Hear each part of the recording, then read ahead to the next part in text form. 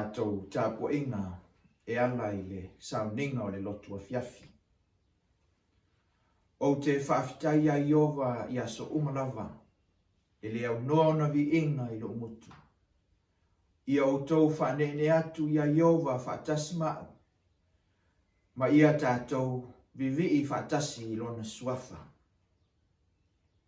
A vea le avanoa wa tātou maua I le ne Afiafi. A vea foi sauninga I lunga o pe au ngalo le ea po o penga ta whailangi. E mawhai ai o na tātou si tia whaatasi le tātou whaafitai. E mawhai ai o na tātou vivi whaatasi ma whaaleo le tātou vi inga I lunga o le atua. Ia whaane ine ina ma tātou vi ia lona suafa e whaavavau lava. A wā o ia e te tau o ia foi e ono mea iai le vi inga ma le whaafitai. A o whaiwina tiu te mga ruenga o le ni aso. O te fiafia a velo leo e whaafeilo ia whaapitoa foi le tātou maftanga I le maimo mai ma le sila mai foi e ala I le tātou sauninga I le Afiafi. Whaafeilo iatu I lausunga pasta weli papu ma le whaletua ia tiana.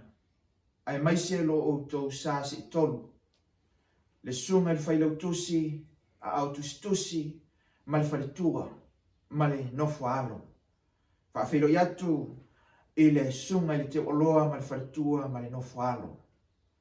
I le susu I sunga I taitai mta ngā ruenga. Ai maise o nofo atoo ma tō whinga maualulunga o le ngā ruenga asfitu sa moa tuto tasi. Susunga I whaafengainga a o e o lawai na yo tātou ta mā matina mātutua. Au talavou se I o I se toe tamatama o le ngā ruenga asfitu sa moa tuto tasi. I so se tawhao le laulangi.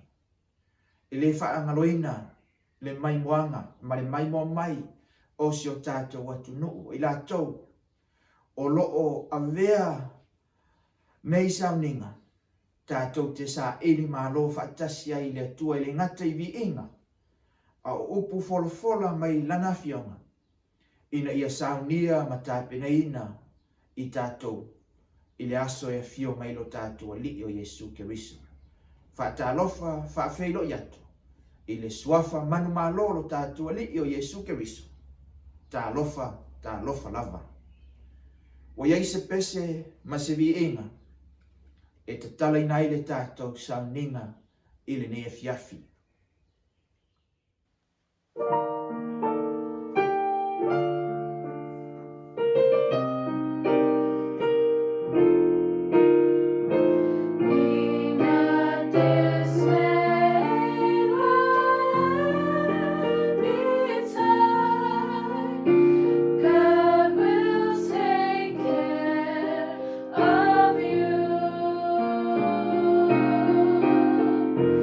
We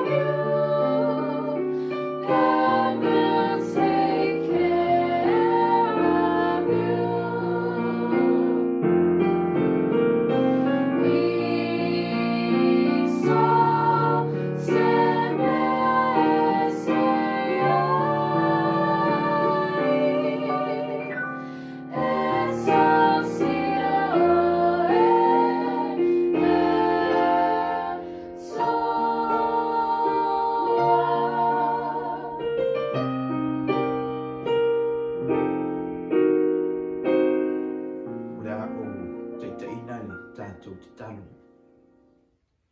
Lo mātou tamai o lo fio mai runga le langi.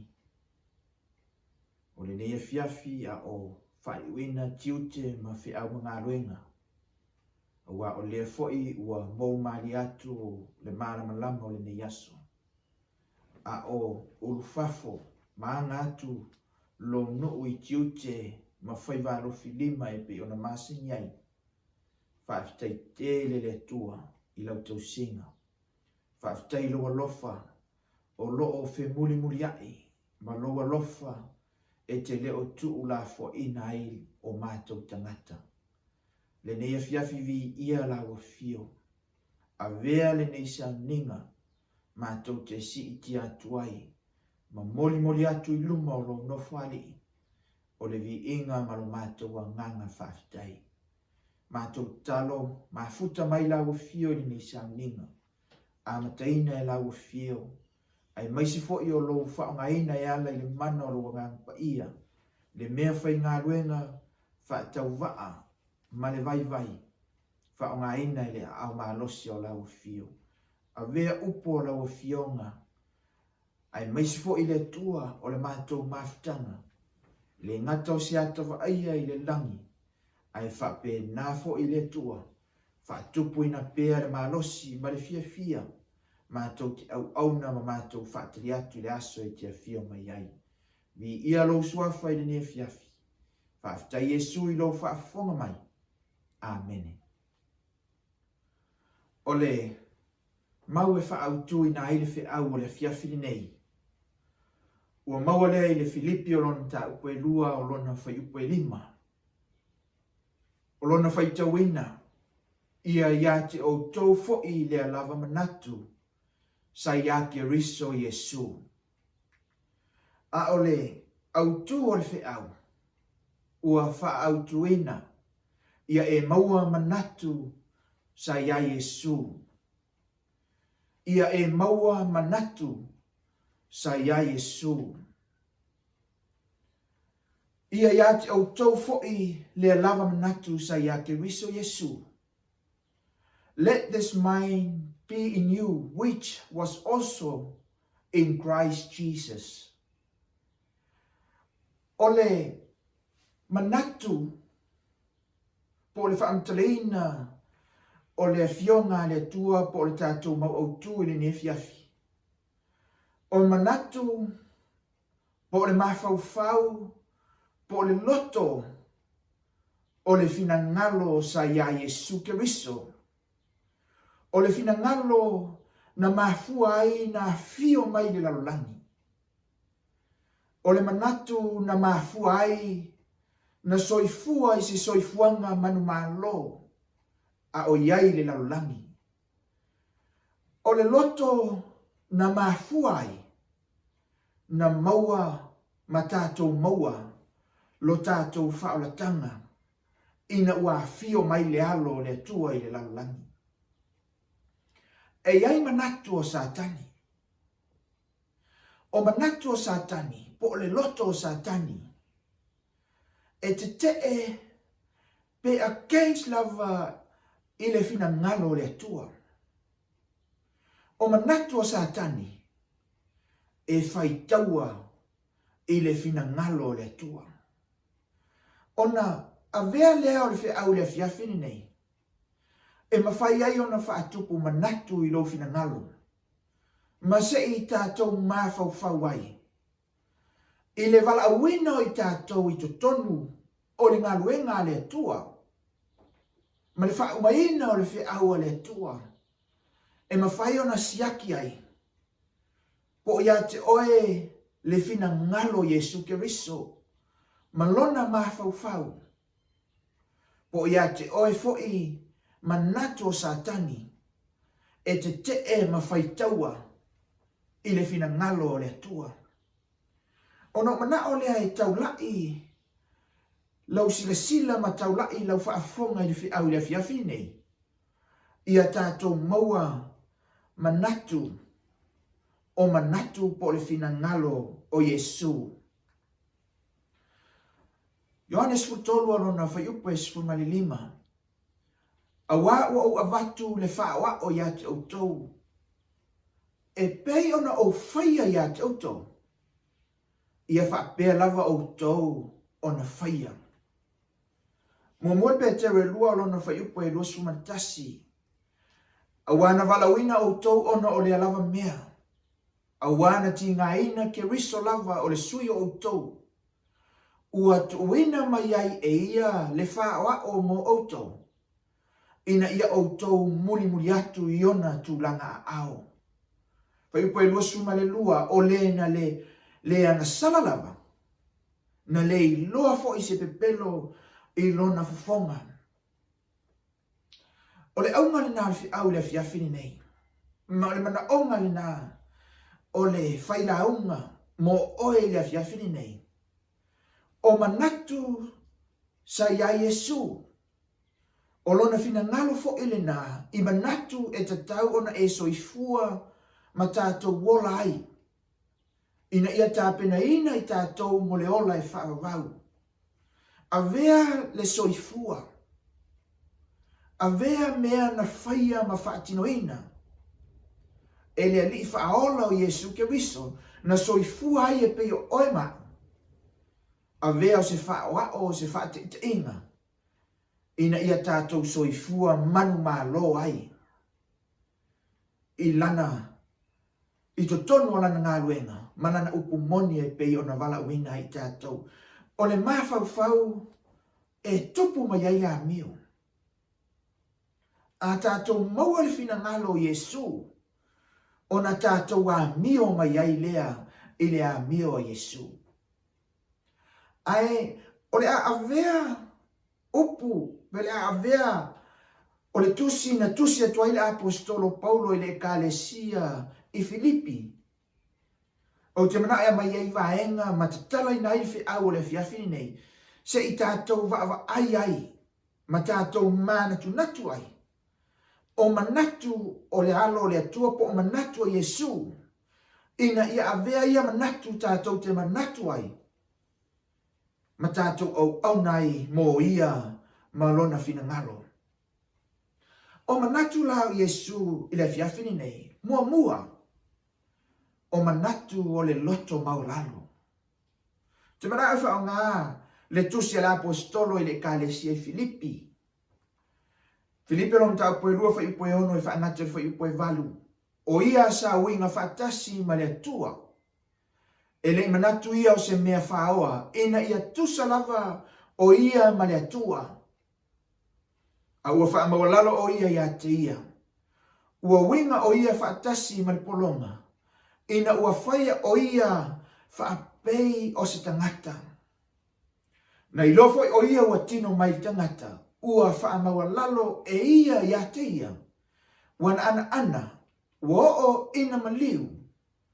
O le maliu lea i sa taua. A e mai tau ina mai whai upu ia e tolu. O le ki. Male te talaina o le loto mawalalo lea e manao le fe au pe manao le tuspa ia e o ai tātou i manatu o Yesu. O le mua e iloa wha mawalalo oe ia te oe. Po o le mua au iloa wha mawalalo au ia te au. Awa aona o iloa wha mawalalo ia te au ma o iloa lo tangata. Whaatau waa. Ona mawhai lea, ona tātou maua, le manatu lea sa ia Yesu. Lea na mafuai, na tu ualo na mamalu le langi.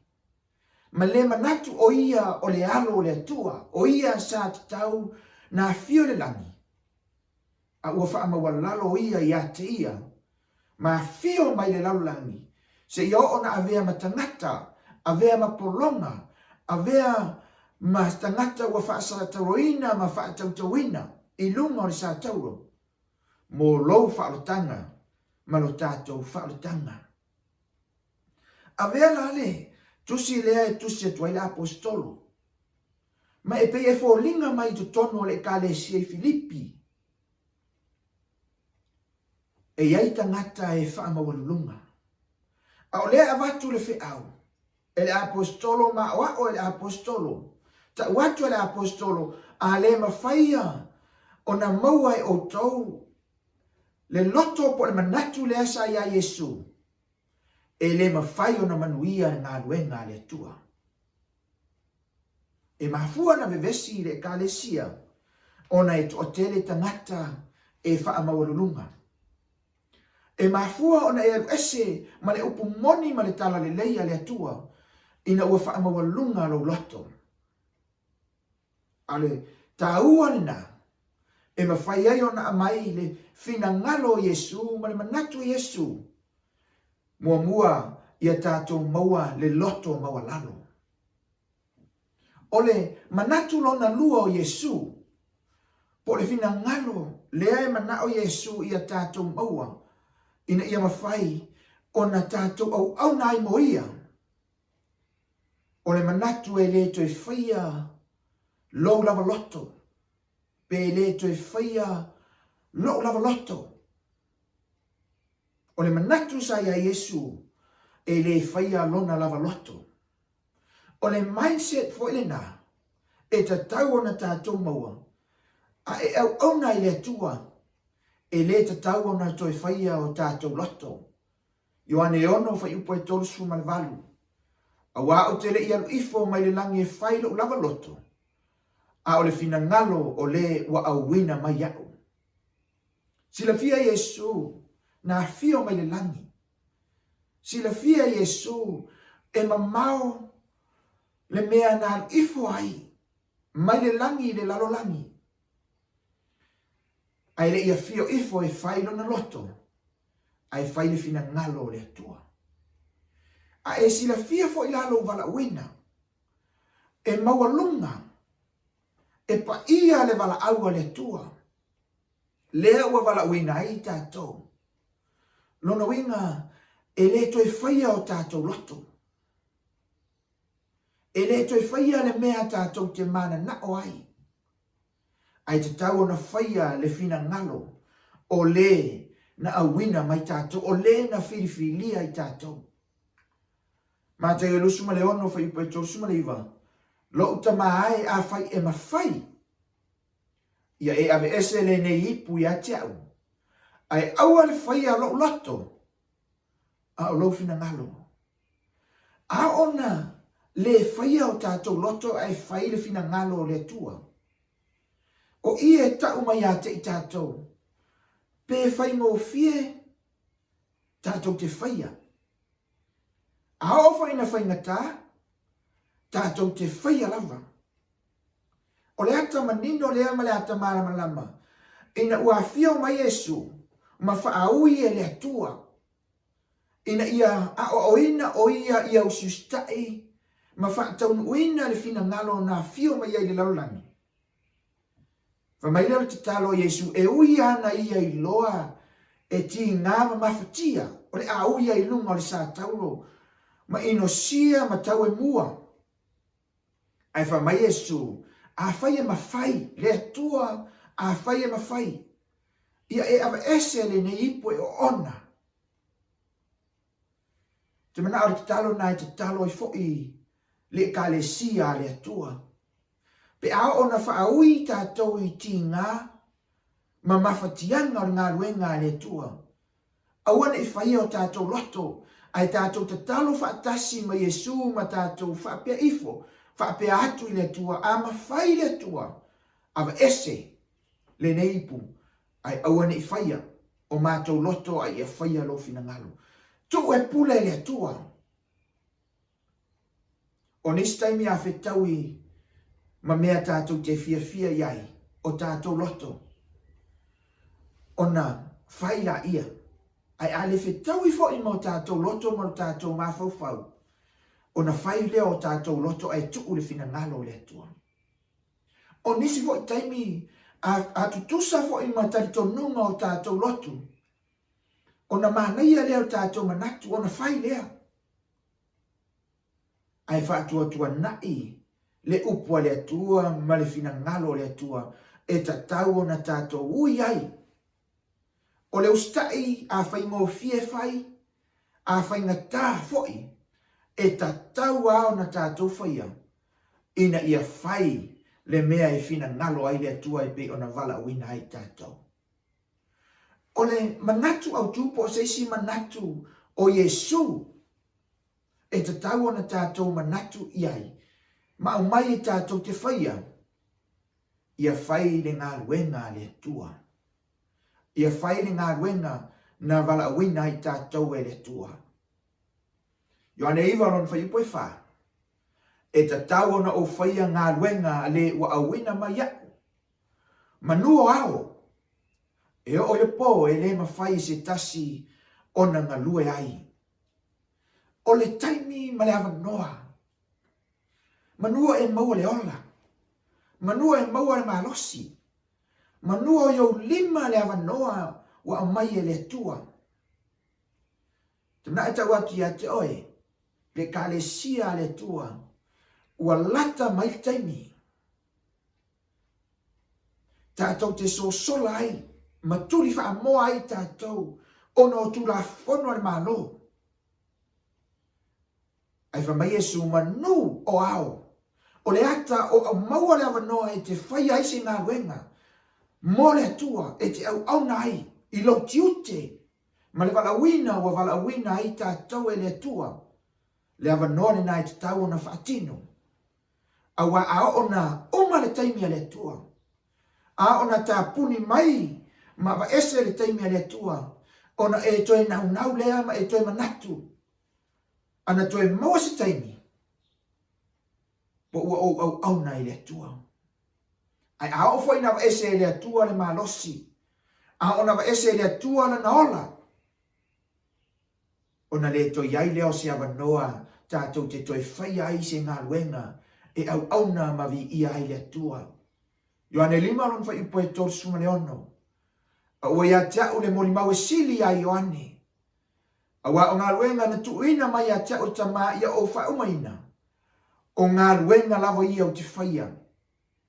E moli mau mai a tau, ua awina mai a o e tama. E loa e le atua ona tangata ona o ngā ruenga ua tuuina mai e le atua i a te i tātou. E le manao pe le fina ngalo le atua ini ngā ruenga e whai le uma pe le whai maea. Ai fia sila le atua i ngā ruenga e whai male maea ea. Ma ngā ruenga e wha umaina. Ina ia whai loa i le atua o ngā ruenga lea wa mai o tātou lima, ua tātou whai wina. Ngā ruenga nā o lo mori mau i le langi, o ngā ruenga o lo tusia i le langi. Whamailero tusi o whaalinga, o a lātou ngā ruenga foi, e muli mai lea ia te i lātou. O lesi manatu o Yesu, e te tau o na tātou manatu ai ma atau te tātou e vea mo tātou manatu. Ia whaolaina i tātou. E le ai se tāua, ma e matua whaale au ngā ina, le a fio mai o Yesu, malona whaamawalalo. A fio mai le lalolangi ma maliu. Pe ale mawhai o na whaolaina, le ka le sia le tua. Pe ale mawhai o na whaolaina o tātou tangata, le whaolaina nisi. Lea na walawina i tātou, mo le whiau mani ngā luenga le tua, ina ia whaolaina i lātou. O le whiriwhiringa o le mea e whai e tangata. E whiriwhiri ai mo le ola. E whiriwhiri ai e talia pe le talia. Awa mai e le atua ni ngā luenga i a te i tātou, ina ia wholafola ma tālai, ma ave.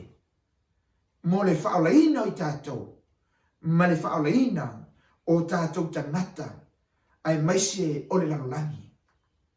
Ioane ono whai upo e tōsu mareiva, o le nei fo i le fina ngalo o le ua awina mai au. Ia le mau lava se tasi. Ua ia foa i mai a tiau. A ia o toe whaatuina o ia i le aso ngata anga. O le manatu sa ia Yesu.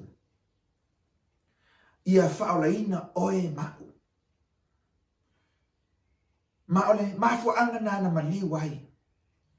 Aua ne I mau lau soifua. Aua ne I mau se tasi. Ma ole fina ngalo Yesu ia whaolaina le laulangi. Ai ao na le whaolaina se tasi. Whamai leo Yesu pole upo le fionga le tua. Mo oe maa ule fiafini nei. Ia le mau. Lava se tasi. A ia toe whaatuina I le aso. O le ngata anga. Ma te yo iwa payupo sfutolu. Ina o ia, ina o a opo le ale winga o le upu. O te loto I le lofa. Ai le o le taulanga. A wa o te le isawe wala au ye a miotonu. A o e uanga sala. Ina ia la tau whaolaina. Tele taimi e mafua o na le whaolaina I tātou. Ona ua tātou avesise ina le whaamawalalo na whaamawalalo a Yesu. Ona ua tātou manatu e le se whaolatanga mo tātou. Ona ua tātou manatu o tātou o tangata ngasala. Ma tātou o tangata le ato toa. E tele tangata I tutono le kalesia. Ua lata le afio mai o Yesu. Ai le mawhai o na talia ato toa. Lona whaolatanga. Ona ua totoa e satani. O tātou o tangata ngasala. O oe mau o tangata ngasala. Ale mafuanga. Na fio mai a Yesu. Ia e loa wa uma o na whaolaina oe. E ala. I le taulanga I kale vario. A oe ua ngasala. Ina ia lātou salamo. Ale mana onga na Yesu. Ia tātou I loa whaamawalalo. Mai loa salamo e luma o le atua. Ioane ono whaiupo e fast fulu. O le nei fo'i le finangalo le ua awina maia. Ia maua le ola e whaavawe I lato uma. O e wa aile atalii. Ma whaatua tua ia te ia. O te toe whaatuwina fo'i lato. I le aso ngata anga. O mai fe au ia te I tātou. Na o mai e Yesu le whaalatanga. Ina ia mua whaalaina I tātou. Ma le manatu po le fina ngalo fo I leo Yesu. Ina ia mawhai o na whaalaina I tātou. Ina ia mawhai ai o na tātou whaalaina nisi. O lo si la fia e le tua.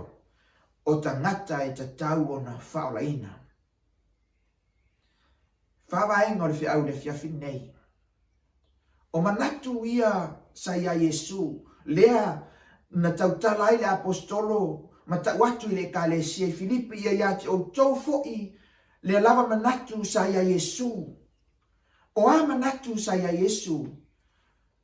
O manatu o le loto maulalo.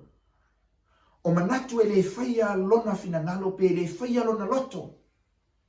O manatu ia whai le ngā ruenga le tua na walawina ai ma fio mai ai le laulangi. O manatu ia whaolaina oe whaolaina I tātou. Mo le aso e fio whaalua mai ai Yesu. O manatu foina. Ma le tāua le nāwhi au mo I tātou le afiafi nei. O manatu o Yesu ia tātou maua le loto maua lalo. E atia e ai. Ma fatu ai le ngā luenga le tua. Ma manuia ai le ngā luenga le tua. O manatu awane I whaia o tātou loto. Ai whai le fina ngalo le atua. Awane o tātou sustai a te I tātou. Ai ustai le mea I whai mai ai le atua. O manatu ia whaia le ngā luenga le atua.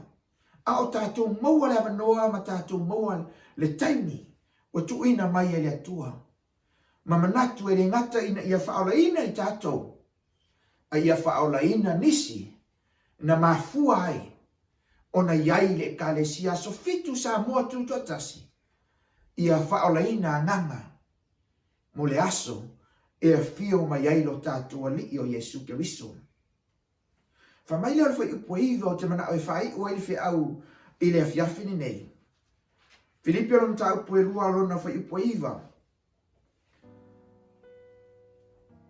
O le mea lava lea ua matua whae aina ai o ia e le tua. Ua fua ina atuai I a te ia o le suafa e sili I suafa umalava. Ina ia to o tuli vai umalava i le suafo i Yesu. O le langi, ma o le lalo langi, ma o lalo ifo o le lalo langi. O manatu ia na whaaeaina ia le atua, lo nalo. Ma toi whae ai papa, ina ua afio le langi, ma afio le tuto matau o le atua. A o manatu fo ia, e mawhai ai, o na au mai a te i tātou, le ola e whaavavau, suia ai o tātou tangata. O le wa ia ke riso o le tangata fo ia. O manatu e whai ngofia ai o na tātou talia le upumoni ma le tala le lei. Ma manatu e saunia ma mauti noai lo tātou whaamoemoe. Ua i le langi ma le ola e whaavavau. Whaamanuia le atua i lau whaafonga i ne fiafi. Ono Yesu. Amene. O le awhai u le tātou te talo. Lo mātou ta mai o le langi. O mātou whaumaina le sauninga o le ne fiafi. Whaaftai lo mafuta mai. A o mātou o atu i lunga o lau fio si te atu le vi inga ma le whaaftai. Ai le ngata fo i lea a o mātou whaalongo. I lau upu fola e ala i lau fina ngalo. Maua fionga. E ala i lau whaonga ina le mea whainga aluena. Vai lava ma le whaatau waa. Mātou talo lea. Wha ngalo so mātou le ato toa. Ai wha ato toa ina i le mana o lau fio. E ala i lau pa iatu ma pa ifu. Ma te tala i fina ngalo. Ai a o au fionga mo i mātou. E ala i le fina ngalo Yesu ke misu. Ia mātou maua fo i le manatu. E saunia i mātou mo le ola e whaavavau.